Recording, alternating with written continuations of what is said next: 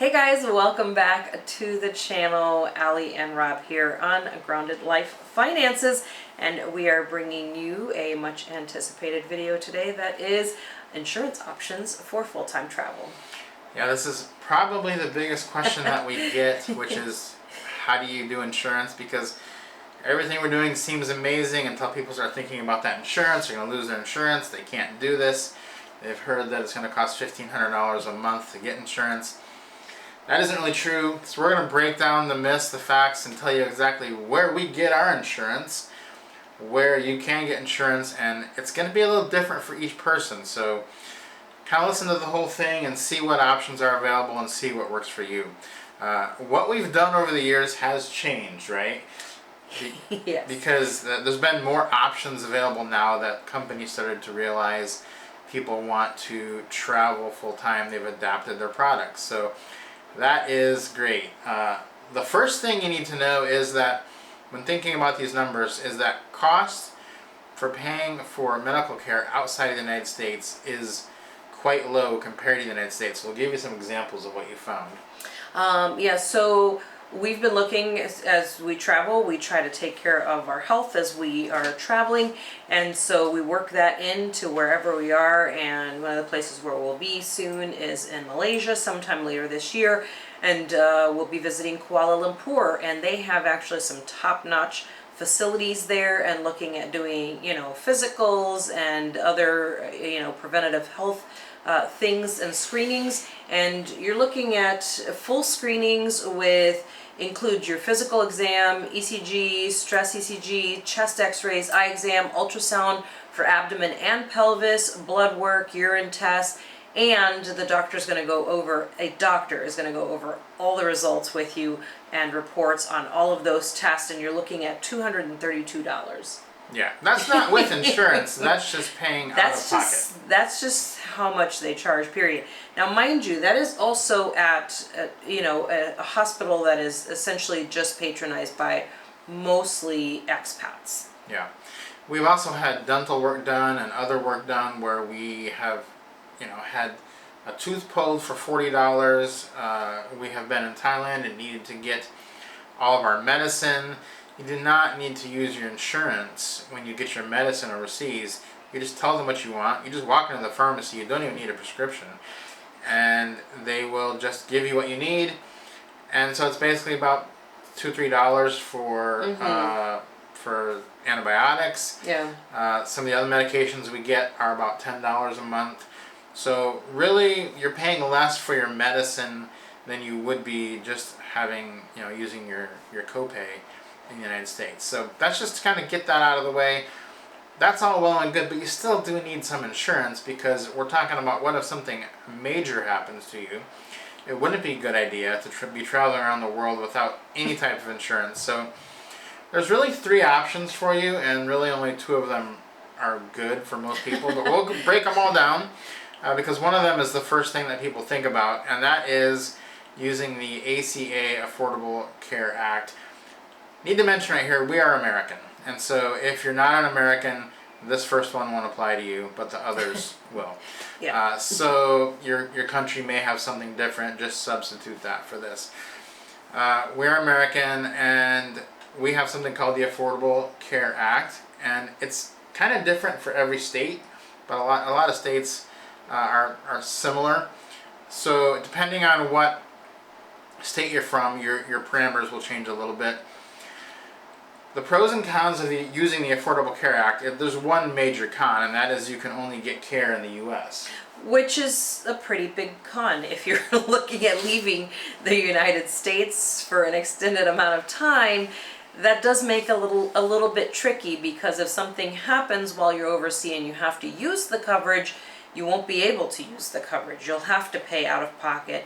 And it is actually more expensive in some countries. Although in a lot of countries it is very affordable, there are some countries where it's going to be very pricey. Yeah. So the other problem with the Affordable Care Act is that there's limited windows of time where you can opt in. You can only opt in November 1st to January 15th, or if you have a special event like a baby, you get married, or you've moved.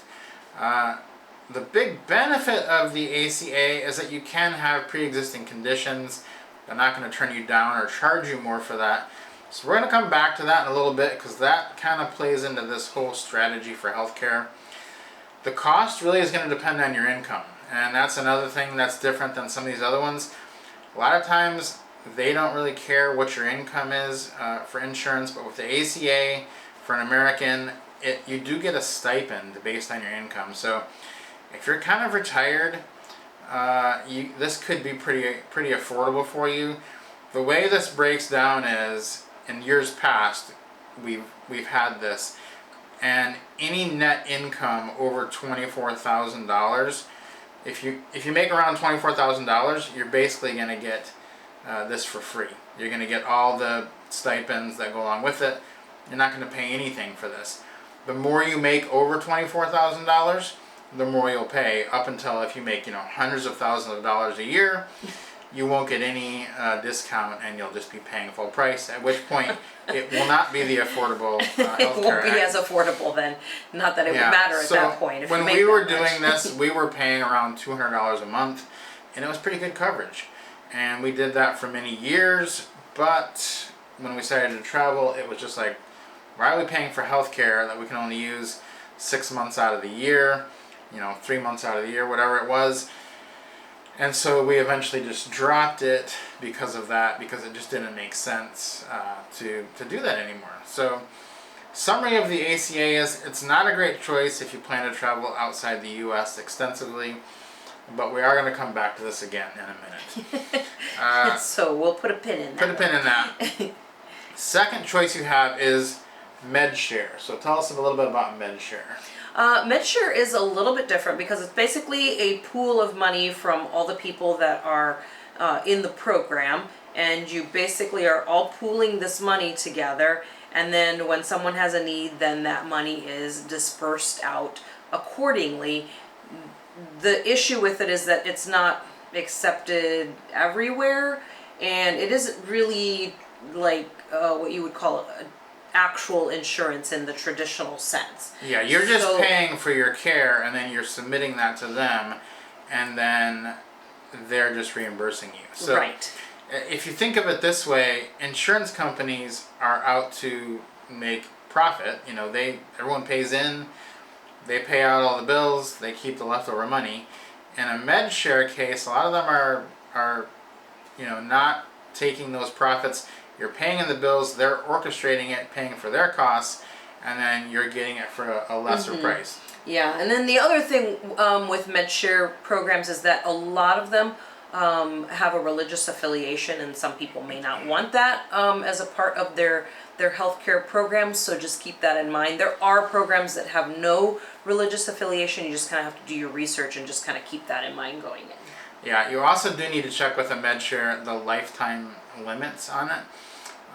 So this is actually the one that we're using right now. And we are with a MedShare company called Christian Healthcare Ministries. So we're going to break down what our costs are, what that covers for you. And it's been a pretty good option for us. So they have 3 tiers of coverage: the gold, the silver, and the bronze. I don't know why they always do them like that, but they do. And you pay per unit, and each unit is a person. So for us, we will pay 2 units. The gold program is $235 per person per month. The silver is $135, and the bronze is $90 per person per month. Now, we have the bronze coverage, so we are currently paying $90 per person per month for that, and we get coverage up to $125,000 per illness, annual personal responsibility checks. Qualifying amount per incident is $5,000, so that our deductible is $5,000. And with the other ones, the deductible is a little bit lower. I think for the silver it's $2,500, and for the gold it is going to be even less than that. So you do get a lot of stuff with this. One thing you don't get is maternity coverage, but we don't need that anymore, so not a problem for us. This is kind of basically like having a major medical if you have the bronze package, because you still have that $5,000 deductible, but anything over that is going to be covered. But like we've said, we're mostly in countries where we wouldn't even use the deductible because the cost is so cheap.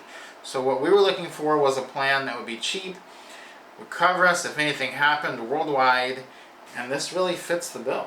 Exactly, and really a lot of these, the reason why a lot of these have a religious affiliation is actually these were essentially kind of made up for like missionaries who were traveling overseas and weren't able to get health care in a different way. And so it kind of grew then into something that was offered to anyone.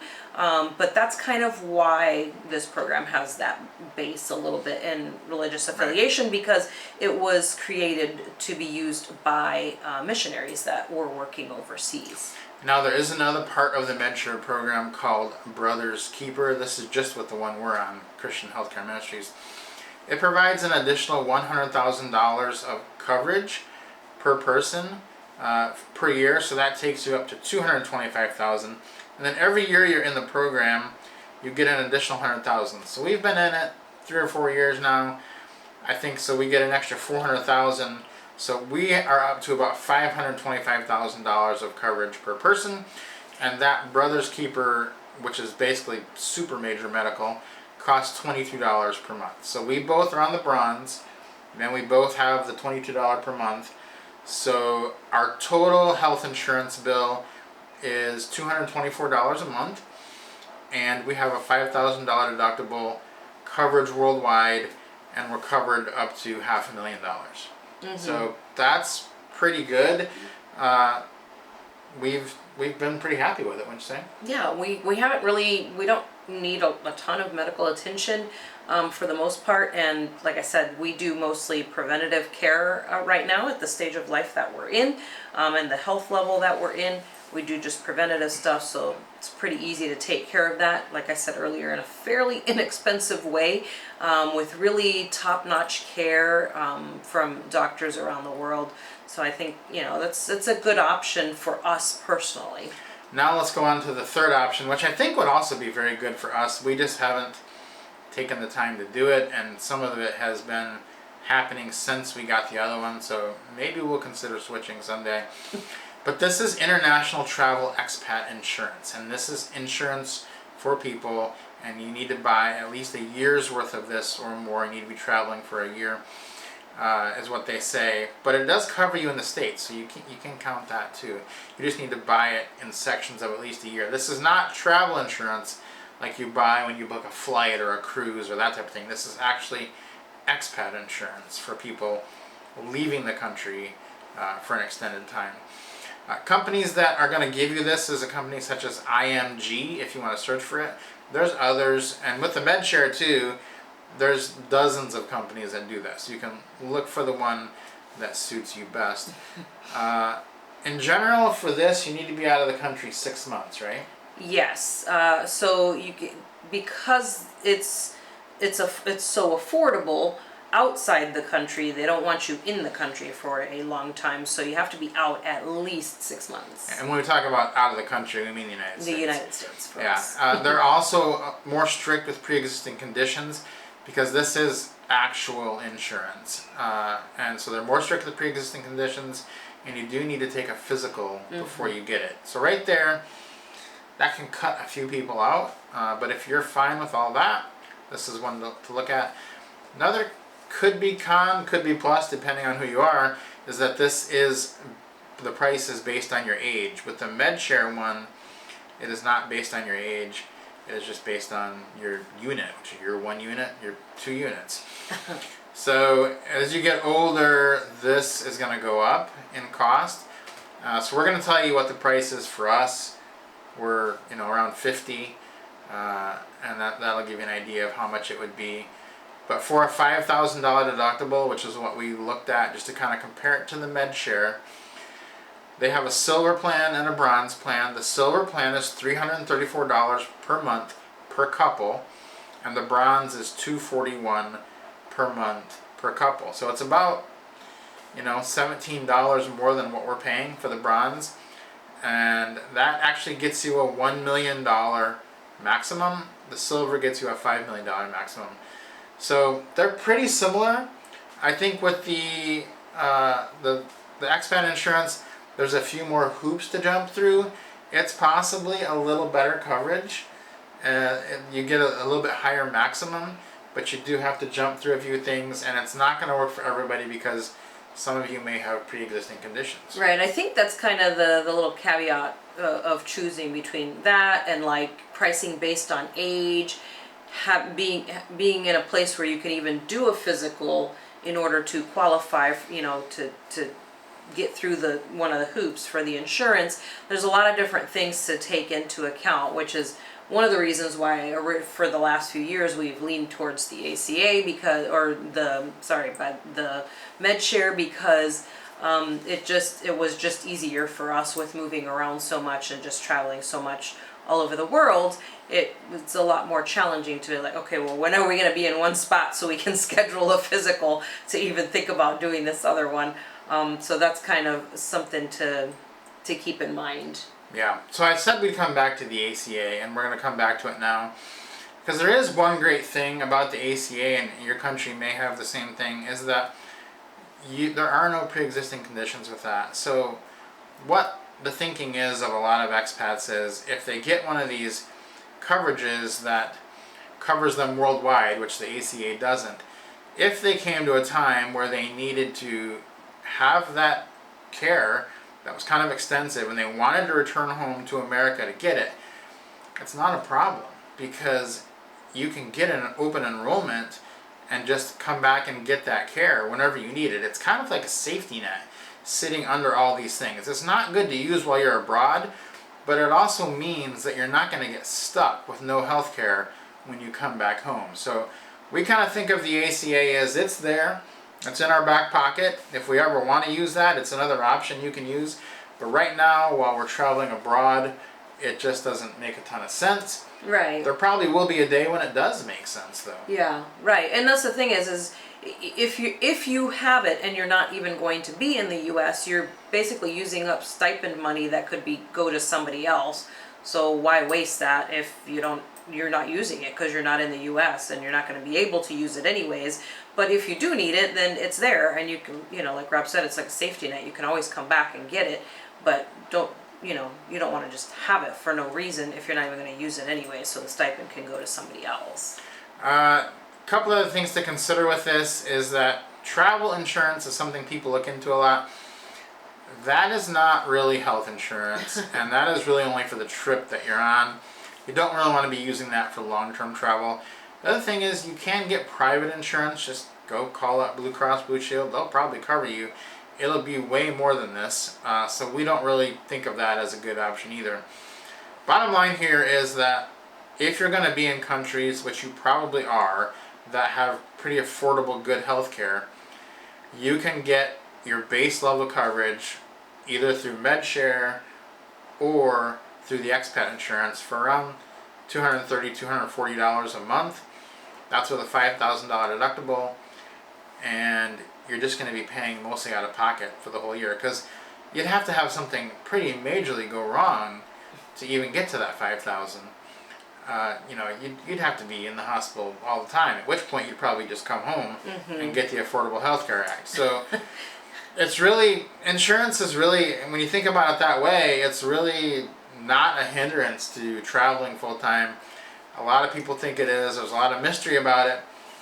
I say look at these, look up all the expat insurance ones, look at the MedShare ones, pick one that works for you, and just go for it. Yeah, it is nice that over the years, as we've been traveling, even in the last 5 years, it has changed and more has come, onto the scope. So there's more and more choices and more options within those choices, depending on what you do. So just, do your research on each one of these. If one of them sounds like, ooh, that would be a really good fit, then do your research on it too and see what will work for you within a plan like that, right? Not just blindly pick something up just because it sort of kind of sounds good. Yeah. But anyways, so hopefully this is very helpful to you guys as you're planning your full-time travel life.